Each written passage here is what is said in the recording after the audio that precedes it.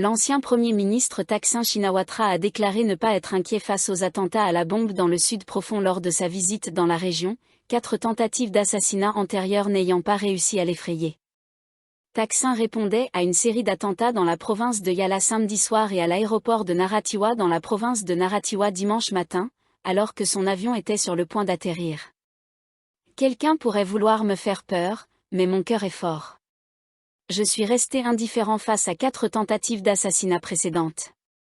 Quel que soit l'accueil, je peux tout encaisser, a-t-il déclaré à Narathiwat dimanche. Il a qualifié l'attentat à l'aéroport de Narathiwat d'acte symbolique.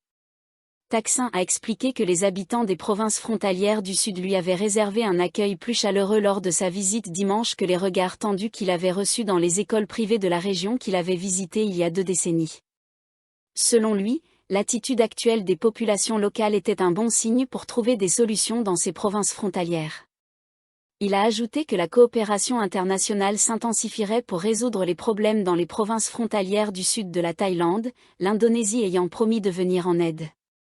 J'attends des progrès cette année, a déclaré Thaksin, qui est le père de la première ministre thaïlandaise Paetongtarn Shinawatra. Il a précisé qu'une coopération internationale plus étroite serait mise en place pour lutter contre les personnes détenant plusieurs nationalités et traversant la frontière pour mener des attaques terroristes. Des négociations seraient également engagées pour convaincre les malfaiteurs de revenir en Thaïlande et de contribuer au développement national. Lors de cette même occasion, Thaksin a présenté ses excuses pour les pertes survenues lors du massacre de Tak Bay à Narathiwat en 2004, alors qu'il était Premier ministre. Il a affirmé être profondément préoccupé par les personnes affectées, même si des erreurs avaient été commises dans les procédures de travail. Il a ajouté que les musulmans étaient élevés dans l'esprit du pardon et qu'il souhaitait s'excuser pour son erreur. La police cambodgienne a porté secours à 215 étrangers, dont 109 Thaïlandais, d'un centre d'arnaque à Poipet, dans le cadre d'une collaboration renforcée entre la Thaïlande et le Cambodge pour lutter contre les bandes d'escrocs.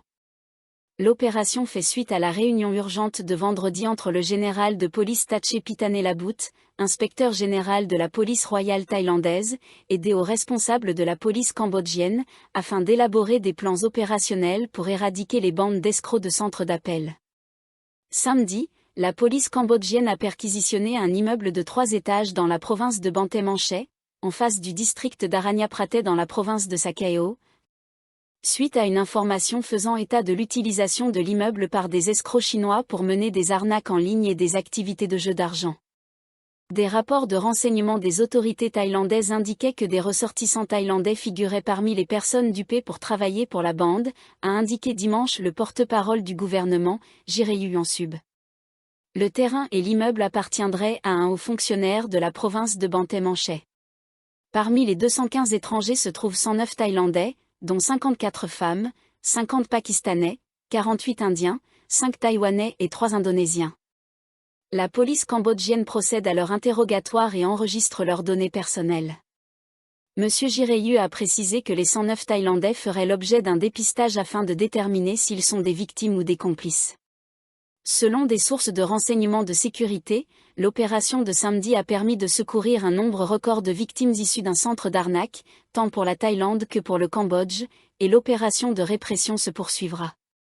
Par ailleurs, un total de 621 ressortissants chinois, victimes de trafic vers le Myanmar pour travailler pour des bandes d'escrocs, ont été secourus et rapatriés en Chine depuis l'aéroport de Mae So dans la province de Tak entre le 20 et le 22 février. Mae Hom Son, la police a fouillé le district de Pai, dans cette province du Nord, et n'a décelé aucune influence israélienne, ni aucun établissement ou domination commerciale, contrairement à ce qui avait été relayé sur les réseaux sociaux.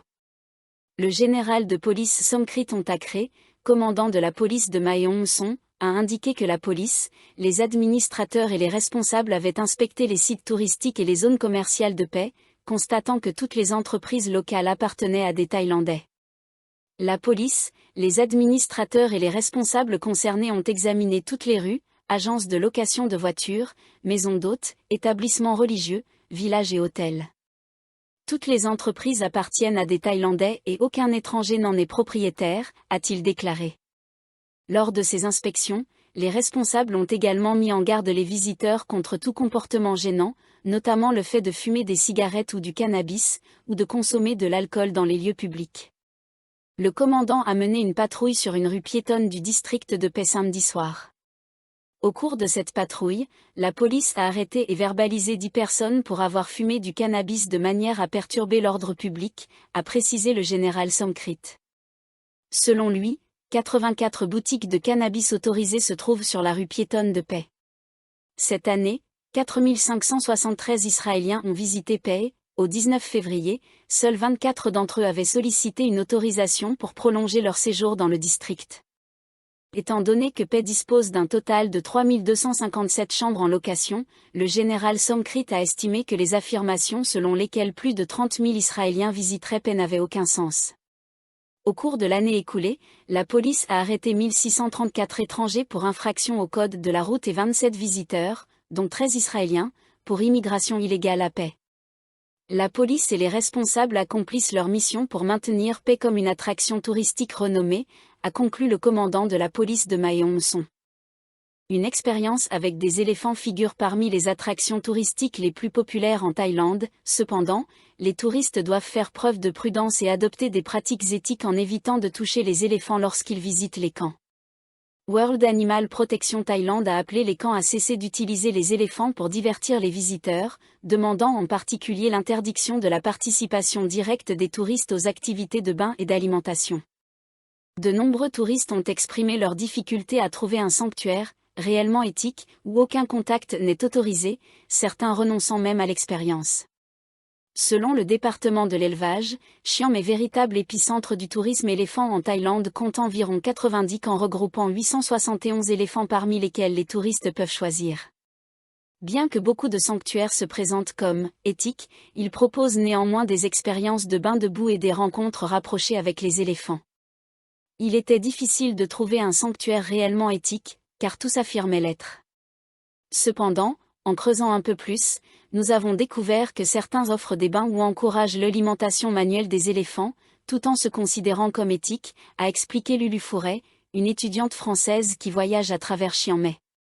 Le décès d'une touriste espagnole de 22 ans survenu en décembre 2024 au Koh Yao Elephant Care Centre, dans la province méridionale de Phang Nga, constitue une autre raison pour laquelle les voyageurs prennent des précautions supplémentaires avant de s'engager dans une expérience avec les éléphants. Maggie Gibson, 22 ans, une voyageuse originaire de Nouvelle-Zélande, déclare « Nous avons délibérément choisi de visiter un sanctuaire sans contact, car cela nous semblait inapproprié. Ce décès a renforcé notre décision, nous ne devons pas toucher les éléphants, car ils ne souhaitent pas être dérangés. » D'après les données du département de l'élevage, on dénombre 5359 éléphants domestiqués dans 245 camps à l'échelle nationale. Cela signifie que 55,8% des éléphants en Thaïlande vivent en captivité, dans des camps ou sanctuaires qui dépendent du tourisme pour leur survie, selon TrinkUp, une organisation certifiée dédiée à la protection des éléphants d'Asie. TrinkUp rapporte que la réalité du tourisme commercial lié aux éléphants peut être bien sombre. Malgré la montée en puissance de tactiques promotionnelles éco-blanchies et l'augmentation du nombre d'entreprises se présentant comme des sanctuaires, les éléphants continuent de vivre dans des conditions cruelles et abusives.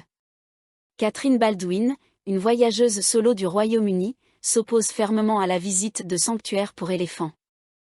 Parfois, même après des recherches approfondies, on ne peut jamais être sûr de disposer de tous les faits. Je trouve cela un peu inquiétant, ce qui rend l'expérience difficile à apprécier, confie-t-elle.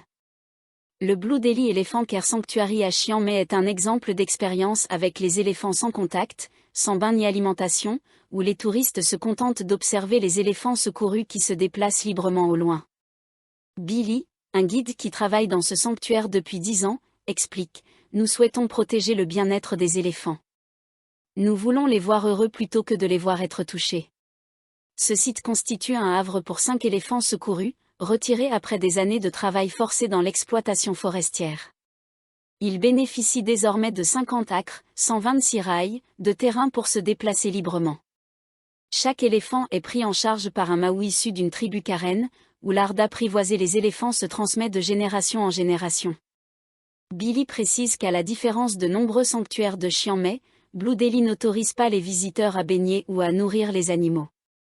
Les éléphants n'aiment pas être baignés s'ils n'ont pas la liberté de choisir, ajoute-t-il. Après avoir recherché ce qui semblait réellement éthique, Lulu Fourré a opté pour Blue Delhi pour son expérience éléphant à Chiang Mai.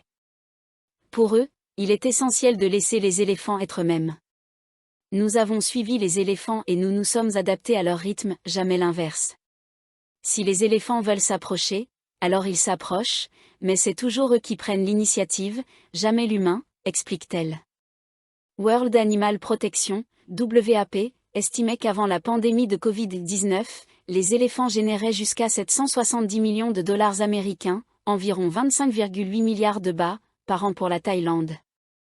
La pandémie a eu un impact drastique sur ce secteur, laissant les sanctuaires dépendants de dons extérieurs. Blue Delhi fut l'un des rares sanctuaires à avoir survécu au Covid-19 grâce à des dons philanthropiques.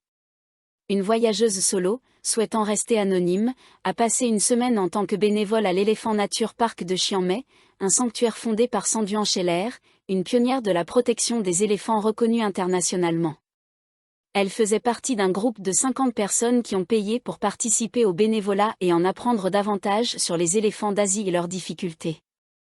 Le groupe a travaillé 4 à 6 heures par jour, nettoyant et reconstruisant le parc après les récentes inondations de Chiang Mai, et œuvrant dans la « cuisine des éléphants » pour préparer la nourriture des animaux.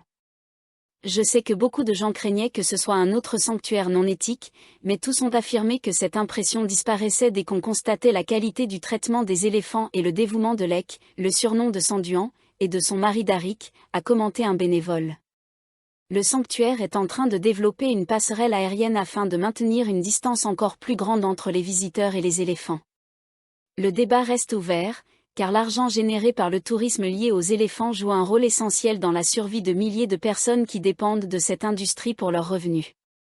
Cependant, le risque de « greenwashing éthique » dans les sanctuaires qui continuent d'offrir des expériences de contact et de bain pourrait dissuader certains touristes de s'y rendre.